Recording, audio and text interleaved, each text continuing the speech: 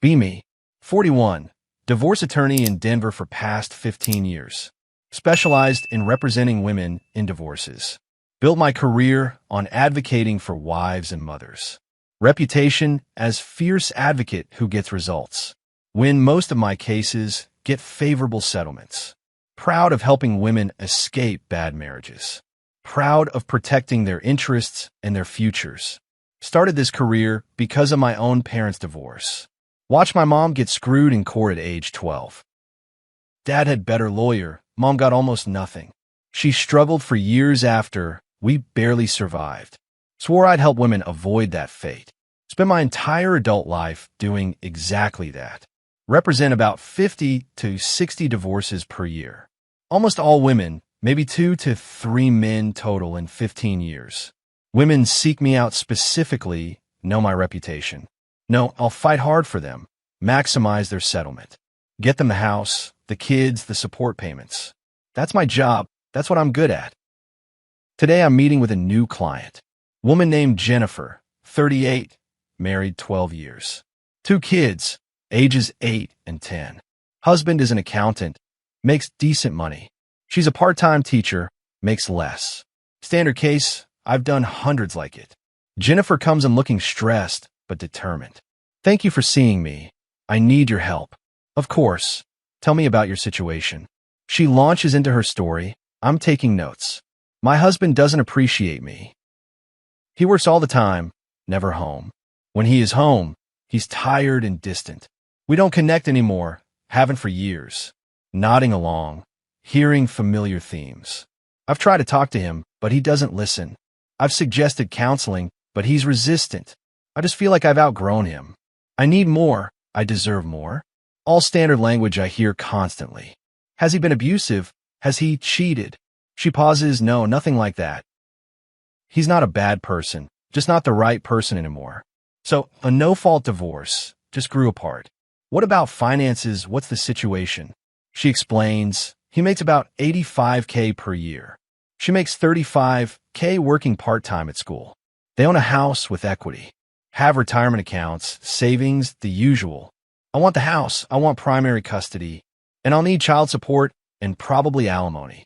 Tell her what she wants to hear. We can definitely fight for all of that. Colorado tends to favor mothers in custody, and given the income disparity, support is likely. She looks relieved. That's what I needed to hear.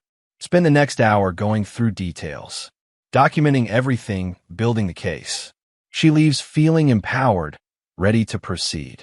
I start the paperwork, routine at this point. But something nags at me about this case. Can't quite put my finger on what. That evening I'm reviewing my active cases. Notice I have 7 other divorces in similar situations. Wife initiates, says she's outgrown husband. No abuse, no cheating, just not happy anymore. In every case, wife wants house and kids. Husband will pay support, see kids on weekends. Story is always remarkably similar. Husband works too much, isn't present enough. Wife feels unappreciated, needs more. Marriage has lost its spark, grown stale. Wife deserves to be happy, shouldn't settle. Same script, different names, every time. Start pulling files for past few years. Going through closed cases, looking at patterns. What I find disturbs me more than expected. Out of 247 divorces I've handled in past 5 years, 234 were initiated by women, only 13 by men. In 89% of my cases, mother got primary custody. In 76%, wife got the house. In 91%, husband paid child support.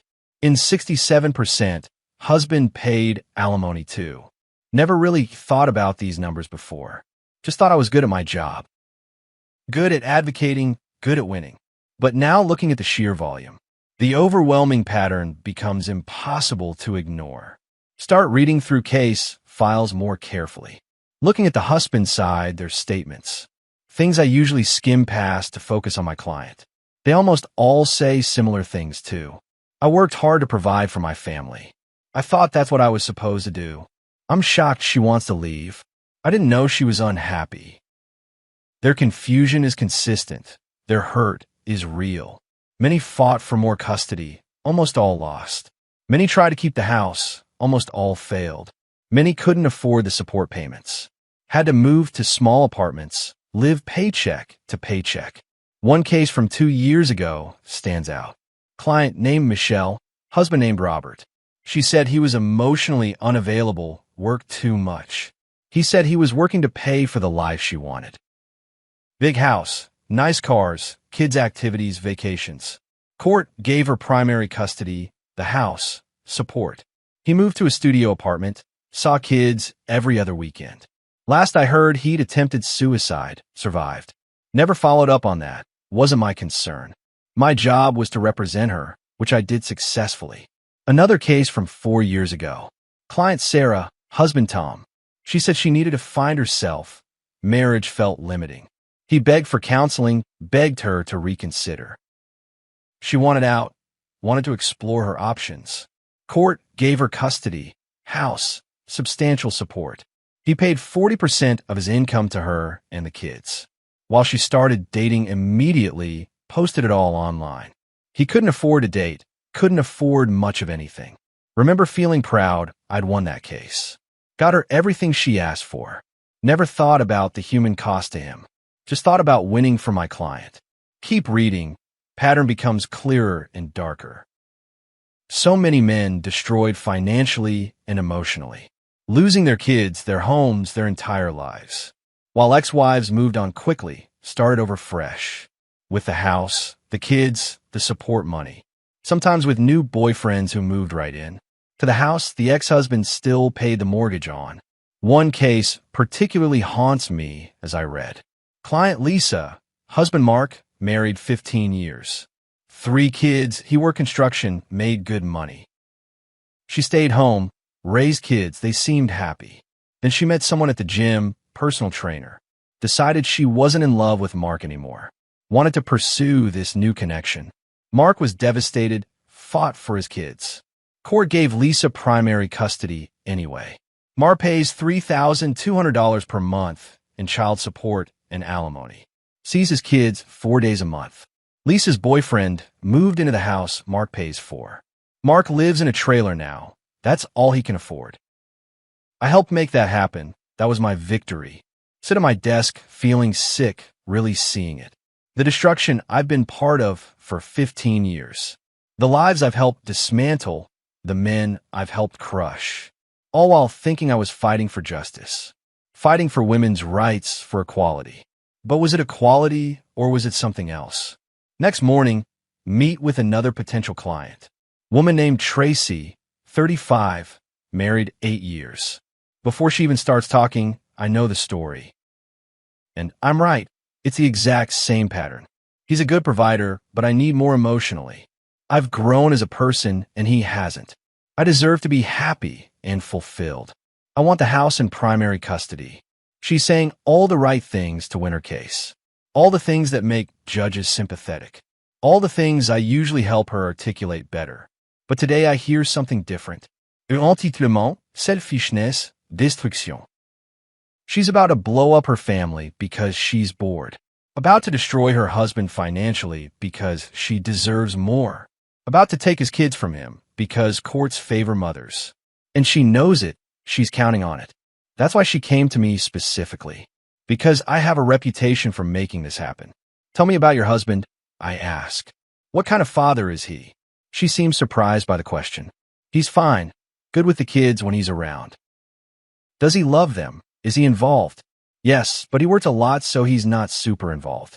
Classic answer. He works to provide. She calls it not involved. If you divorce, he'll likely get every other weekend. Are you comfortable with that? Seeing your kids without their father? She looks at me strangely. That's standard custody, isn't it? Yes, but it's also devastating for fathers and children. Kids need their dads, not just every other weekend. She's confused now. This isn't what she expected. I thought you represented women. I do, but I'm starting to question what that means. Tell her I need to think about her case. That I'll call her in a few days. She leaves looking uncertain, probably won't call me back. We'll find another lawyer who'll tell her what she wants to hear. Spend the next week in crisis, not taking new clients. Reviewing everything I've done for 15 years. seeing pattern I was blind to before. Women initiating divorces at 70 to 80% rate, often for vague reasons, not happy, outgrown him. Courts favoring them overwhelmingly. Men losing everything, paying for their own destruction. Kids losing their fathers to weekend visitation. All with my help, my advocacy, my legal expertise. One afternoon, I do something I've never done. Call one of my old clients' ex-husbands. Man named David from a case 3 years ago. His ex-wife was my client. I got her everything. House, primary custody, $2,800 monthly support. He answers, suspicious when I identify myself. Why are you calling me? I wanted to ask how you're doing. Since the divorce, how has life been? Long silence, then bitter laugh. You're asking me that. You destroy my life. You helped take my kids away from me. I live in a basement apartment at 48 years old. I pay 45% of my income to a woman who hates me. I see my kids 4 days a month, and they're strangers to me. His pain is visceral through the phone. Why do you care now? You got what you wanted. I don't know. I'm starting to question what I've been doing. He's quiet, then his voice breaks. I begged her to try counseling, to work on our marriage. She refused, said she was done, deserved to be happy. I lost everything because she was bored, and the system rewarded her for it. Feel tears starting. I'm sorry. Sorry doesn't help me, doesn't give me back my kids, doesn't give me back the life I built. He hangs up, leaving me with his pain. Call 2 more ex-husbands from old cases. Both tell similar stories. Both are destroyed. One lives with his parents at 45. Can barely afford child support, can't afford apartment. Other one tells me he considered suicide multiple times. Only thing stopping him is hope of seeing his kids. Both say the system is rigged against fathers. That courts assume mothers are better parents. That men are just wallets to fund women's choices. Can't argue with them. They're right. Everything they're saying is true. I've been part of that system, profited from it, built my entire career on it. That weekend, have complete breakdown. Sitting in my expensive apartment I bought with divorce money. Looking at my successful career built on destroying families. Seeing clearly for first time the damage I've done. The pattern I've been perpetuating. The injustice I've been calling justice. Monday morning, call my law partner. I need to take a leave of absence. What? Why? We have active cases. I can't do this anymore. I need time to think. She's concerned. Asks what's wrong. I'm starting to see the harm we're causing, the pattern we're enabling, the destruction we're part of. She doesn't understand, thinks I'm burnt out. Maybe I am, but it's more than that. It's a complete crisis of conscience. Spend the next month really examining my work. Every case, every victory, every settlement. Seeing the devastated fathers behind every win. The children separated from their dads. The financial destruction I helped cause. All while thinking I was fighting for justice. Start researching family court statistics nationally. What I find confirms my worst fears. Women initiate 70 to 80% of divorces. Mothers get primary custody in 80 to 85% of cases. Fathers pay child support in 90% plus of cases. Average father sees kids 20 to 30% of the time. Male suicide rates spike after divorce. Men's post-divorce poverty is significantly higher than women's. The system is systematically biased against fathers. And I've been using that bias to win cases, to get favorable outcomes for women, while destroying men and their relationships with their kids. Meet with a therapist to work through this. I've spent 15 years advocating for women in divorce. Now, I'm realizing I've been participating in systematic injustice. Therapist asks me to explain. Tell her about the patterns, the statistics, about the devastated fathers, the separated children, about how the same story plays out over and over. It sounds like you're seeing the full picture now. Not just your client's perspective, but everyone affected. That's exactly it. I was blind to half the story. Focused only on getting wins for my clients. Never considering the cost to the other side. Never questioning if what I was doing was right. What do you want to do going forward? Don't have a clear answer yet. I can't keep doing what I've been doing. Can't keep helping women destroy their families because they're bored or unhappy or want something different. Therapist asks if all my cases fit that pattern. Think about it honestly. Not all. Some women genuinely need protection. Abusive husbands, dangerous situations. Those cases I still believe in, still want to help. But those are minority, maybe 20% of my cases. The other 80% are women who just want out, who want the benefits of marriage without the commitment, who want to take everything and start fresh, while leaving devastation in their wake. Maybe you need to change what cases you take. Be more selective, more thoughtful about impact. That's the conclusion I'm reaching to. Need to completely restructure my practice. Need to focus on actual justice, not just winning for women. Decide to start reaching out to my old clients. Not to apologize exactly, but to understand impact. Call Jennifer, my most recent case. How are you doing since filing? She sounds surprised to hear from me. Good, Brian moved out last week. The kids are adjusting. It's been hard on them. How hard, I ask. She sighs. They cry for their dad every night. He can only see them every other weekend right now. They don't understand why he left. Feel my stomach turn. He didn't leave. You left him. Well, yes, but the kids see it as him leaving them. The distinction matters. The perspective matters. How is Brian handling it? I don't know. We're not speaking except about logistics. Have you asked? Have you checked on him? Why would I? We're divorcing. The callousness is staggering. This man she spent 12 years with, father of her children. She doesn't even care how he's doing. Just cares about getting her settlement and moving on. Jennifer, do you ever think about the impact? On him, on your kids, on everyone affected. She's defensive now. I have a right to be happy. I wasn't happy in that marriage. I deserve more than what I had. There it is, the entitlement I've been enabling. What about what your kids deserve? They deserve a mother who's happy. They also deserve their father every day, not every other weekend. She's angry now. Are you judging me? You're my lawyer. You're supposed to support me. I'm questioning if I supported you in the right way, if I helped you make a good decision, or if I helped you destroy something that could have been saved. She hangs up on me. We'll probably file a complaint. Don't care anymore. Need to speak the truth. Call another former client from a year ago. Woman named Angela. Divorced her husband of 20 years. She got the house, primary custody, substantial support. He got every other weekend and massive payments. How are things going, I ask. She's more open. Tells me the truth. I'm lonely. Actually, my boyfriend left. The house feels empty with kids gone half the time. And dating is hard. Men don't want to deal with my situation. Interesting, the grass wasn't greener. Do you ever regret the divorce? Long silence, then honest answer. Sometimes, yeah, the stability was nice. Not having to work full-time was nice. Having a partner to help with kids and house was nice. So she gave up a functional marriage for independence. Now she has independence and misses what she had. How is your ex-husband doing? I don't know. He seems okay, I guess. Still paying the support on time. Of course she knows about the money, not his well-being. Do your kids see him enough? Another pause, uncomfortable truth coming. They say they want to see him more, but the custody arrangement is what the court ordered. What I fought for, what I won for her. Now the kids suffer for it, separated from their father. Would you ever consider changing the arrangement? Giving him more time with the kids?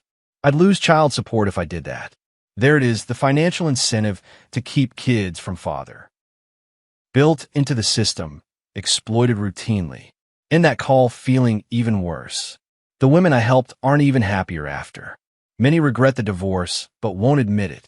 Many are struggling financially and emotionally. Many miss the stability they gave up, while the men I helped destroy are barely surviving. And the children suffer most, losing daily access to fathers. Also, women can find themselves or be happy at the cost of everyone else's well-being. Decide I can't go back to my old practice. Can't keep enabling this pattern, this destruction. Call my law partner. Tell her I'm leaving the firm. I can't represent women in divorces anymore. Not the way I have been. Not the cases I've been taking. She's shocked. This is your specialty, your reputation. My reputation is built on injustice, on exploiting a biased system to win at all costs. I can't do it anymore.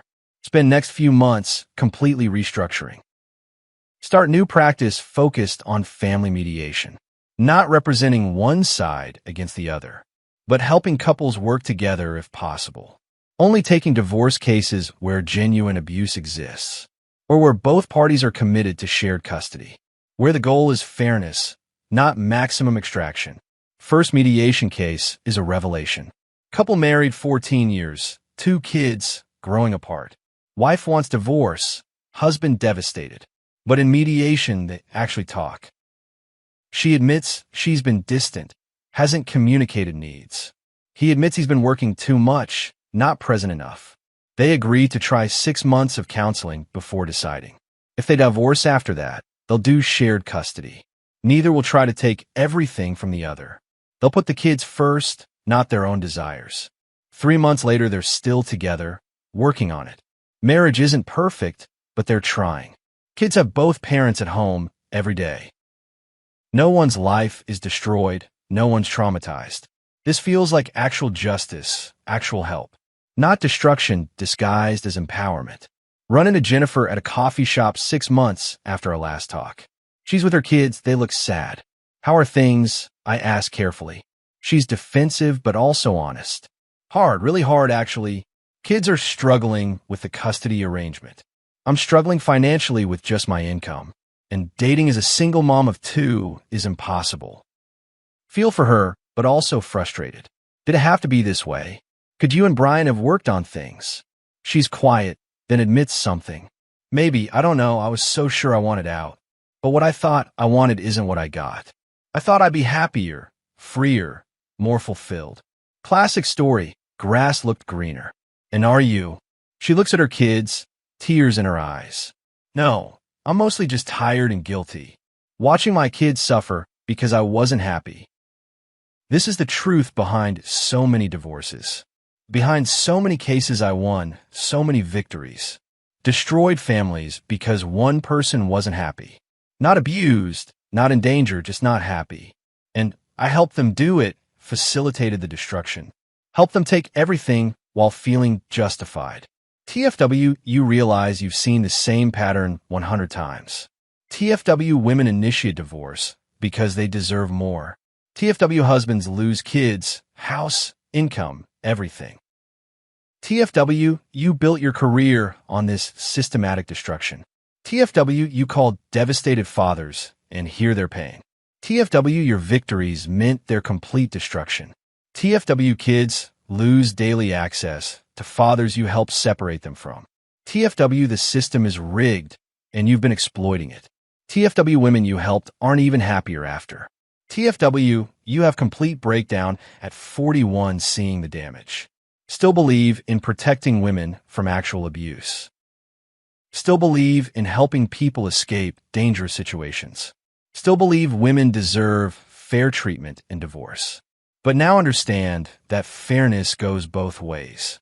That fathers deserve equal access to their kids. That not happy isn't reason to destroy a family. That courts are biased against men systematically. That I was part of that injustice for 15 years. Spent my career thinking I was fighting for equality.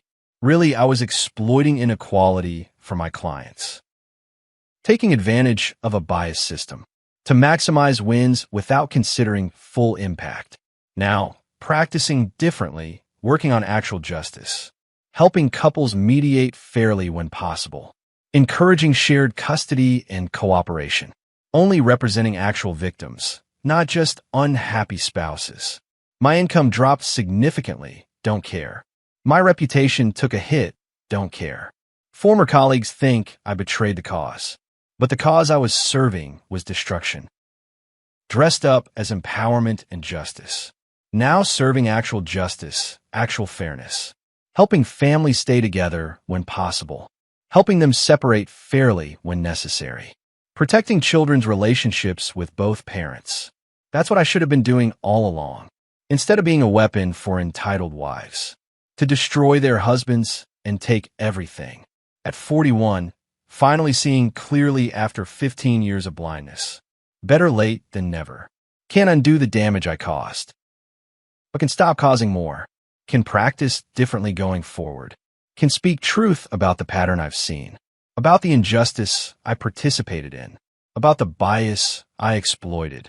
That's what I'm doing now, even if it costs me professionally, because the cost to families was too high. The cost to fathers and children was too high, and I can't be part of it anymore. That's my breakdown and my breakthrough, seeing the pattern clearly at last, and choosing to stop repeating it.